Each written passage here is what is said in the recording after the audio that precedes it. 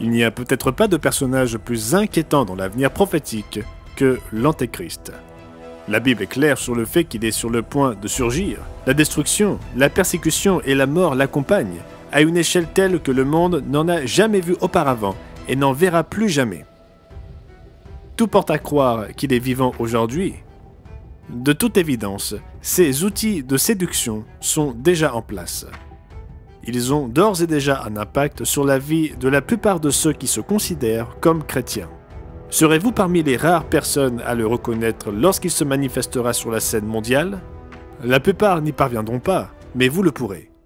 Rejoignez-nous dans cet épisode du Monde de demain, alors que nous révélerons les 7 signes identifiant l'Antéchrist de la fin des temps.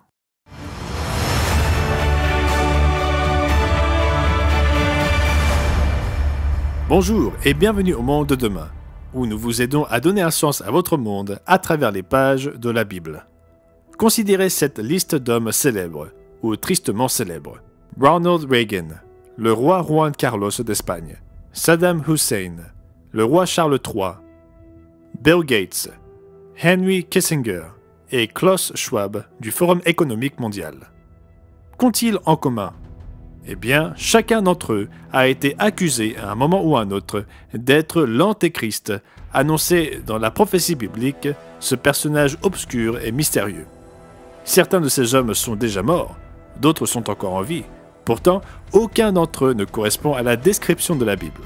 Aujourd'hui, nous allons révéler 7 signes identifiant l'Antéchrist de la fin des temps, tels que détaillés par la prophétie biblique.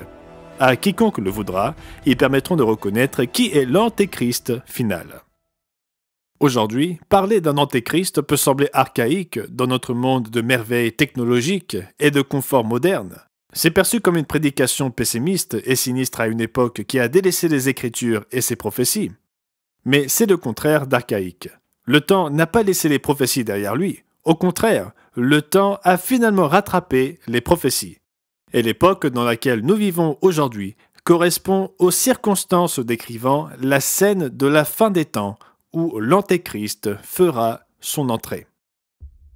Par exemple, Matthieu 24 et au verset 22 dit qu'à la fin de cette ère, un cosmocide serait possible à cause de la capacité destructrice de l'homme. Ainsi, il n'était vraiment pas possible d'éradiquer l'humanité que depuis que nous sommes entrés dans l'ère des armes nucléaires. D'ailleurs, certaines traductions de Daniel 12 et au verset 4 décrivent la fin des temps comme une époque où plusieurs courront ça et là, et où la connaissance augmentera. Ces paroles anciennes décrivent notre monde moderne, dans lequel les voyages internationaux sont monnaie courante, et où nous commençons à souffrir d'un excès quotidien d'informations. Non, les prophéties de l'Antéchrist ne sont pas de vieux écrits poussiéreux, sans pertinence à notre époque moderne. Elles ont été écrites pour nos jours, inspirées par le Dieu qui annonce dès le commencement ce qui doit arriver. Les avertissements que Dieu nous donne concernant l'Antéchrist final sont d'une importance capitale, parce que sa manifestation sur la scène mondiale entraîneront la mort, la destruction et la souffrance humaine à une échelle jamais connue auparavant, lors d'une période appelée dans les pages des Écritures la Grande Tribulation. Au cours de la vie de la plupart d'entre vous qui regardez cette émission aujourd'hui, l'Antéchrist accédera au pouvoir et séduira la grande majorité de l'humanité, en influençant les hommes et les femmes du monde entier subtilement pour qu'ils acceptent volontairement une contrefaçon démoniaque du christianisme. En fait, cette fausse version du christianisme est déjà présente ici-bas et exerce une grande influence. Beaucoup d'entre vous qui nous regardent en ce moment même sont déjà sous son emprise, ce qui vous rend d'autant plus vulnérable à ce futur tyran. Songez à l'ensemble des moyens de guerre modernes. La capacité de destruction presque illimitée de l'humanité, au service d'un homme sous l'influence directe de Satan le diable, déterminé à éradiquer le vrai christianisme et les vrais chrétiens, de la surface du globe en veillant à ce qu'il soit remplacé par une religion qui a l'apparence du christianisme et utilise le nom de Jésus-Christ, mais qui représente tout le contraire du christianisme de Jésus-Christ. l'Antéchrist va se manifester. Que vous soyez capable ou non de le reconnaître sera une question de vie ou de mort. La prophétie biblique est claire, la plupart des gens ne le reconnaîtront pas. Aujourd'hui, nous nous concentrons uniquement sur 7 signes spécifiques que vous pouvez utiliser pour l'identifier lorsqu'il paraîtra. Et ce premier signe est celui sur lequel la plupart se méprennent. Selon la parole de Dieu, l'Antéchrist ne sera pas un chef militaire ou politique. L'Antéchrist dirigera en fait une religion, une grande fausse église. Cette erreur vient du fait que beaucoup confondent l'Antéchrist avec la bête de l'Apocalypse. Cette dernière est le chef d'une puissance militaire, politique et économique qui dominera le monde. Cependant, bien qu'ils travaillent ensemble, l'Antéchrist et la bête sont 2 êtres distincts. Au chapitre 17 de l'Apocalypse, l'apôtre Jean rapporte une vision qui lui a été montrée par Jésus-Christ et les anges placés sous son commandement. Et je vis une femme assise sur une bête écarlate, pleine de noms de blasphème, ayant 7 têtes et 10 cornes. Cette femme était vêtue de pourpre et d'écarlate, et parée d'or, de pierres précieuses et de perles. Elle tenait dans sa main une coupe d'or, remplie d'abominations et des impuretés de sa prostitution. Sur son front était écrit un nom, un mystère, Babylone la Grande, la mère des prostituées et des abominations de la terre. Il y a beaucoup de choses qui méritent d'être notées dans ce passage, mais je veux me concentrer sur un point particulier. La bête à 7 têtes et 10 cornes, montée par une prostituée, représente l'Empire romain et ses résurgences, y compris la dernière, le mastodonte militaro-économique de la fin des temps. Mais qu'en est-il de cette femme ?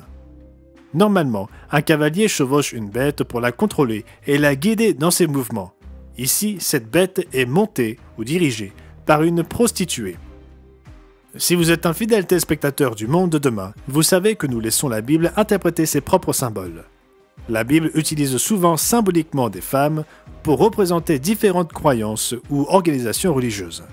Mais au lieu de la Vierge pure que Dieu utilise pour symboliser son Église, dans des passages comme 2 Corinthiens 11 verset 2 et Apocalypse 19 versets 7 et 8, la femme qui chevauche cette puissante bête est décrite comme une riche prostituée. La fornication, l'adultère et la prostitution spirituelle sont des termes utilisés par Dieu pour décrire l'influence corruptrice du compromis religieux avec des pratiques et des cultes païens, comme mentionné dans Jérémie 3 et Ézéchiel 16.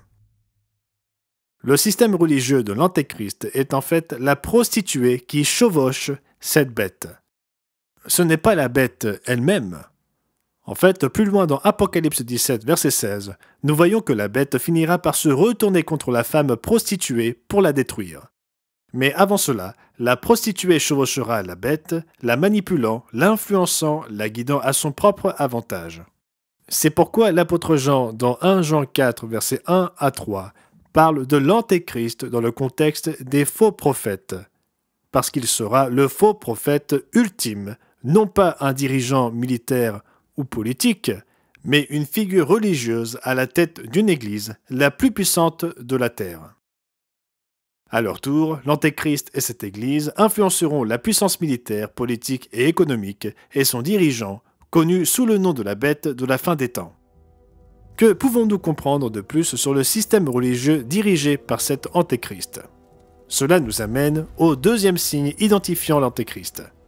L'Antéchrist viendra au nom de Jésus-Christ et aura l'apparence du Christ.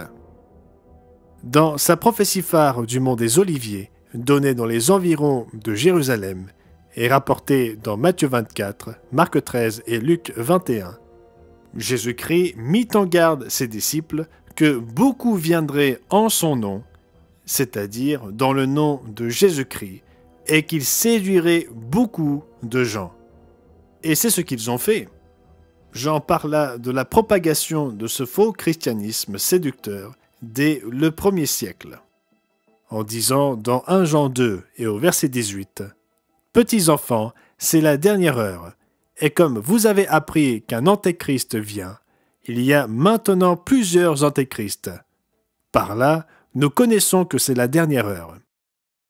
Oui, beaucoup d'antéchrists avaient déjà sévi au moment où Jean écrivait ces mots, et le christianisme de contrefaçon qu'ils tissèrent, faussement sous le couvert du nom de Jésus-Christ, persiste et domine les églises chrétiennes du monde aujourd'hui. Beaucoup ne comprennent pas que l'antéchrist puisse représenter plus qu'un personnage. Il représente un système de croyance qui semble chrétien, mais qui est en fait une contrefaçon du vrai christianisme.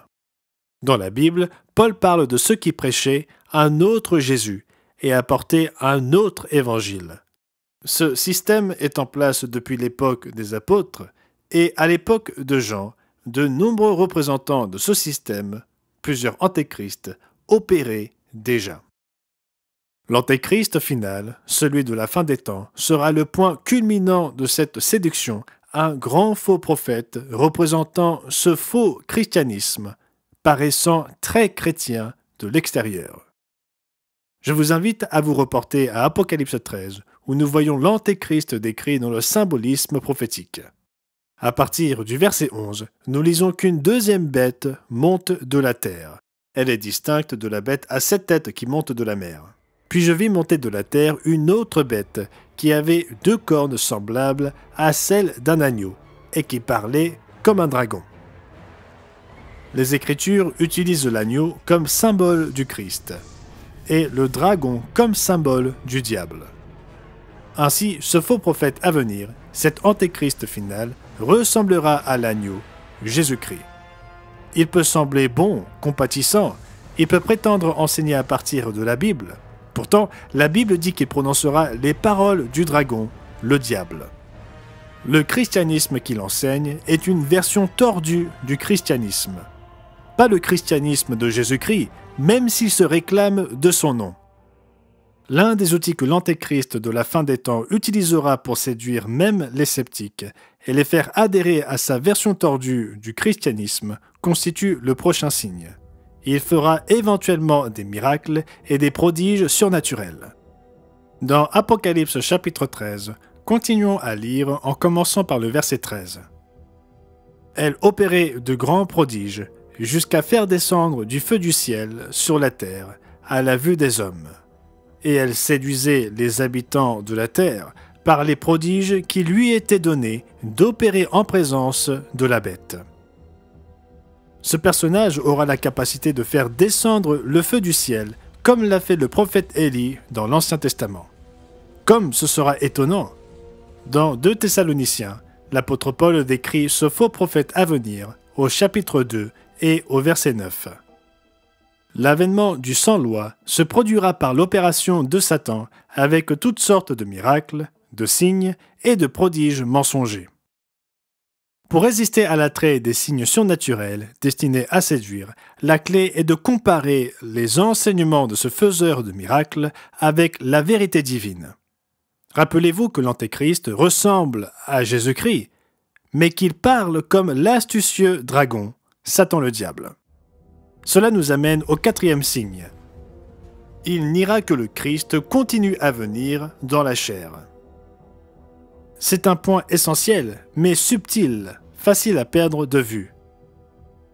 Nous détaillons ce signe crucial dans notre brochure gratuite, mais permettez-moi de le résumer.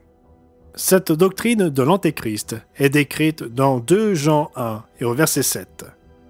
Car beaucoup de séducteurs se sont répandus dans le monde, ne confessant point Jésus-Christ venant en chair. C'est là le séducteur et l'Antéchrist. Beaucoup pensent que Jean entend simplement que les antéchrists n'ont pas enseigné que Jésus est réellement venu en chair il y a 2000 ans. Et oui, Jean condamne de telles faussetés. Mais lisez attentivement ce que Jean dit au sujet des antéchrists qui n'enseignent pas le Christ venant en chair. Remarquez qu'ici le verbe est au présent progressif dans l'original en grec. Christ continue à venir en chair. Charles Williams, dont la traduction du Nouveau Testament est louée pour son attention aux détails des verbes grecs dans le texte original du Nouveau Testament, traduit ce passage comme disant que l'Antéchrist ne confesse pas que le Christ continue à venir en chair. Mais qu'est-ce que cela veut dire ? Cela signifie que l'Antéchrist n'enseigne pas que Jésus-Christ continue à vivre dans les chrétiens aujourd'hui par son Saint-Esprit. Le même mode de vie qu'il vécut il y a 2000 ans, les aidant à croître dans l'obéissance à Dieu et selon son caractère. L'apôtre Paul l'a expliqué dans un très beau passage.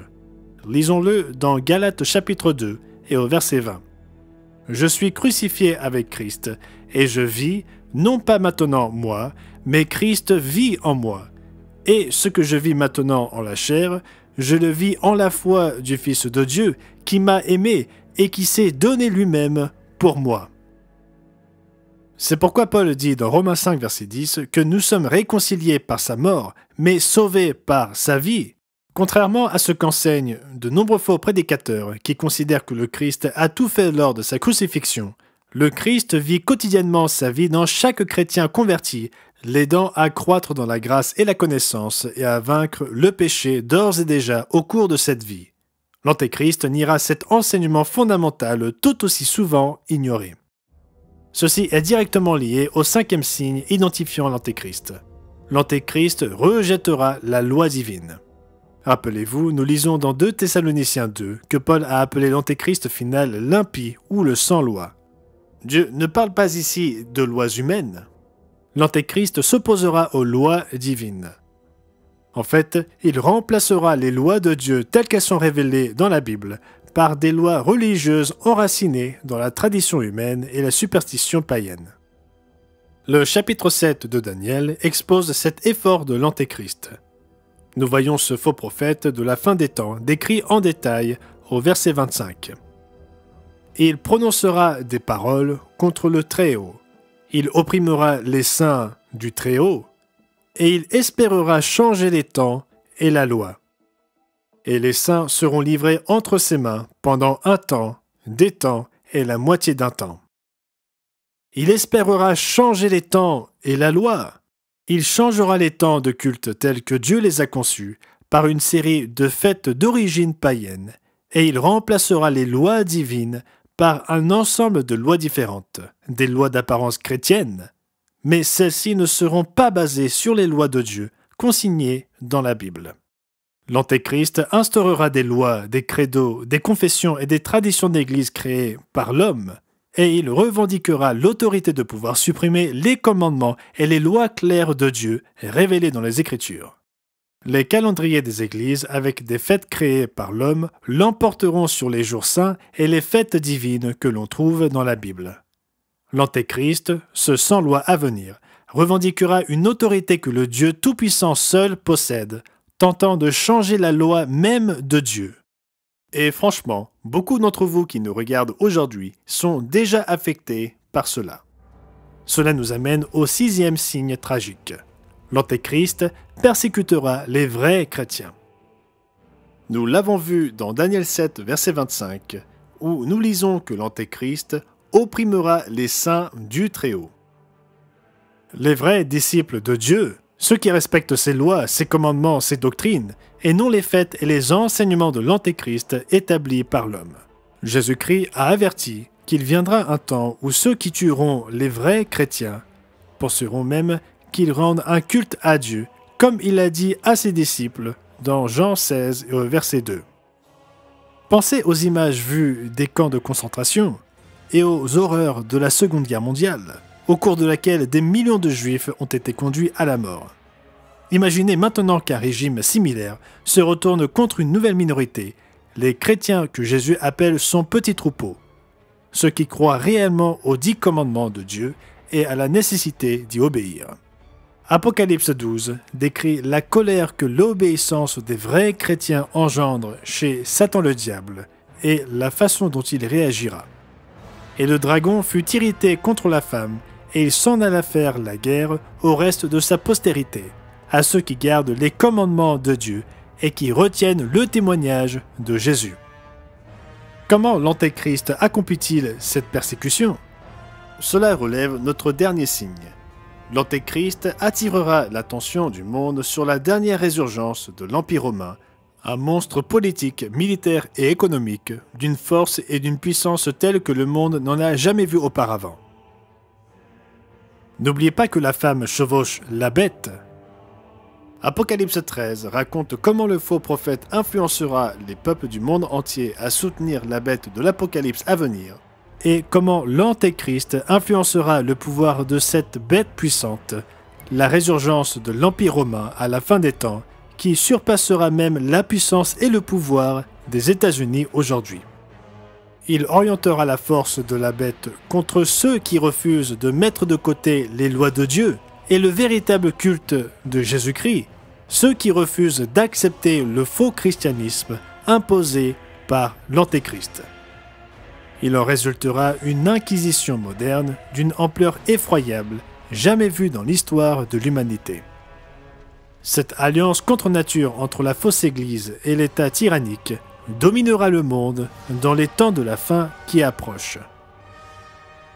Cependant, même en combinant leurs pouvoirs, ces entités religieuses, politiques, économiques et militaires les plus puissantes ne feront pas le poids face au retour de Jésus-Christ. Il reviendra pour glorifier ses fidèles disciples et pour établir le royaume de Dieu pour toujours. Alors, que devons-nous faire à ce sujet? Rappelez-vous, le système que cet antéchrist final imposera au monde entier est déjà en vigueur aujourd'hui, et la plupart sont déjà séduits. Nous n'avons pas besoin d'attendre que ce despote religieux apparaisse sur la scène. Nous pouvons agir dès à présent pour rejeter son système et son faux christianisme. Comme Jésus nous le recommande à tous dans Luc 21 et au verset 36. Veillez donc et priez en tout temps afin que vous ayez la force d'échapper à toutes ces choses qui arriveront et de paraître debout devant le Fils de l'homme. Oui, Jésus promet la protection à tous ceux qui n'ont pas honte de rejeter le faux christianisme dominant et qui sont prêts à embrasser la plénitude de ses enseignements et de son mode de vie, permettant ainsi à Jésus de vivre sa vie d'obéissance aux commandements de Dieu dans leur vie dès à présent. Merci d'avoir regardé notre émission du Monde de demain. Nous travaillons d'arrache-pied pour vous aider à donner un sens à votre monde à travers les pages de la Bible. Si vous êtes intéressé par l'offre d'aujourd'hui, veuillez cliquer sur le lien dans la description pour obtenir votre exemplaire gratuit. Et si vous avez aimé ce contenu, n'hésitez pas à vous abonner et à cliquer sur la cloche pour être informé de nouvelles publications. À très bientôt.